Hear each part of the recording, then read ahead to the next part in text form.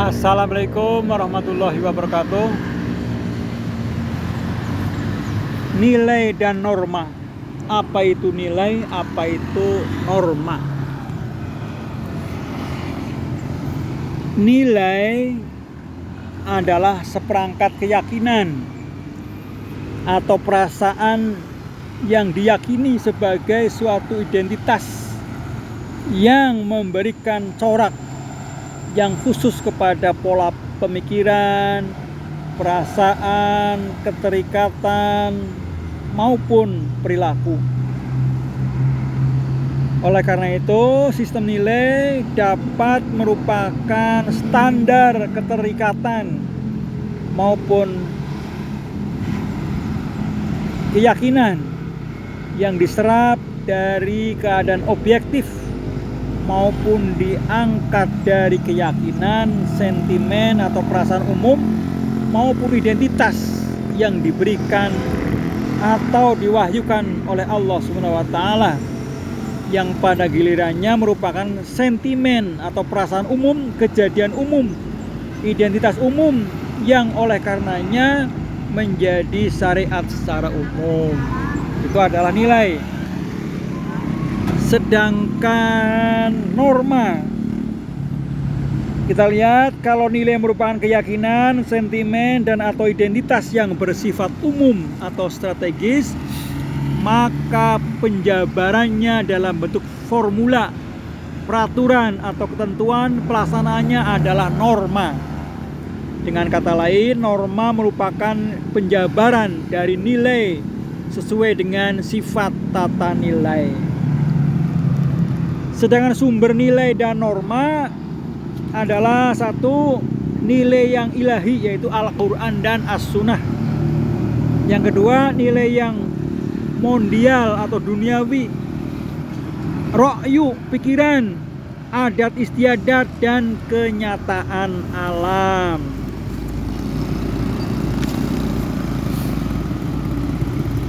Sekedar untuk memperjelas, maka dapat diberikan contoh sebagai berikut. Nilai yang berasal dari Al-Quran yaitu misalnya perintah sholat, perintah zakat, perintah puasa, perintah haji, dan sebagainya.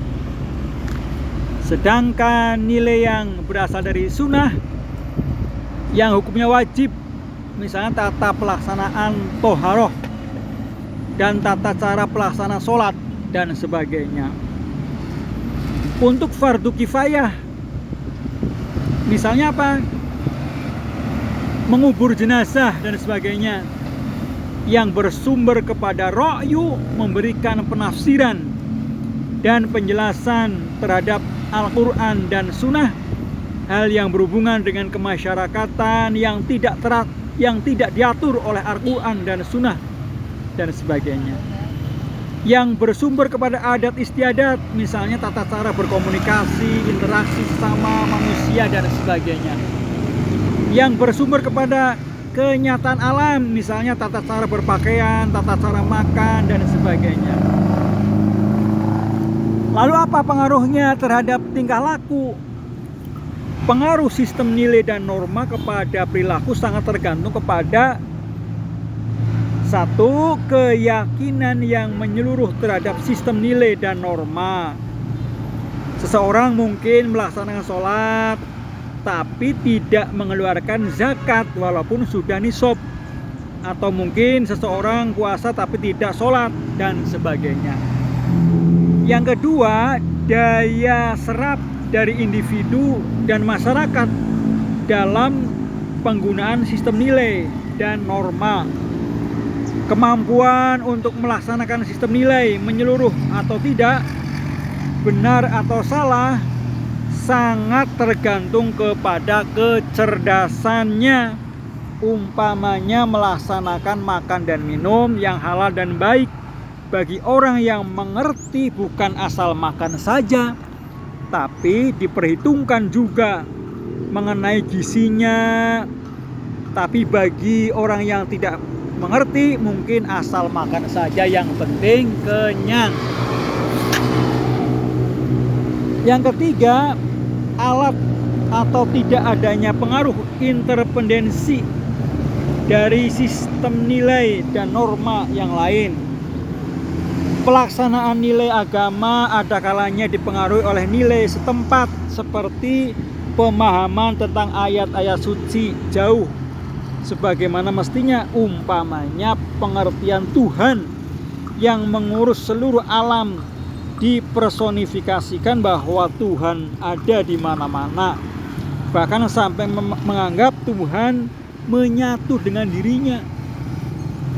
Ana al-haq, atau dalam ucapan mendoa untuk kebaikan sesama atau menghindari sesuatu dilakukan sedemikian rupa sambil membakar kemenyan yang merupakan tata cara kebiasaan animisme dan dinamisme. Yang keempat, kondisi psikologis seseorang. Seseorang ada kemungkinan tidak melakukan sesuatu pekerjaan yang sesuai dengan sistem nilai, bukan karena tidak mau melakukan, tetapi karena kekeliruan atau lupa, baik lupa bersifat sementara maupun sama sekali hilang kemampuannya untuk mengingat sesuatu atau amnesti yang disebabkan oleh pengaruh fisiologis. Yang kelima, kondisi psikologis. Misalnya karena ada gangguan mental seperti gila, ya, gila sementara dan gila yang tetap, dan kurang keyakinan akan dirinya sendiri atau takut, malu dan sebagainya. Yang keenam, kondisi fisik. Misalnya karena ada gangguan mental seperti gila sementara, ya, karena cacat maka tidak dapat melakukannya, tidak dapat melakukan puasa karena sakit, tidak dapat menyempurnakan haji karena cacat dan sebagainya. Yang ketujuh, halangan karena tidur. Orang yang tertidur tidak dituntut untuk melakukan kewajiban sholat sampai ia bangun. Dalam Al-Quran surat Al-Baqarah ayat 7 dijelaskan, A'udzubillahi minasyaitonirrajim, Bismillahirrahmanirrahim. Khatamallahu ala qulubihim wa ala sam'ihim wa ala absarihim ghisyawatu wa lahum adzabun azim. Yang artinya, Allah telah mengunci mati hati dan pendengaran mereka, dan penglihatan mereka tertutup, dan bagi mereka siksa yang amat berat. Itulah yang bisa saya sampaikan. Mudah-mudahan bermanfaat. Kebenaran datanya dari Allah Subhanahu wa Ta'ala, kesalahan datanya dari saya sendiri. Assalamualaikum warahmatullahi wabarakatuh.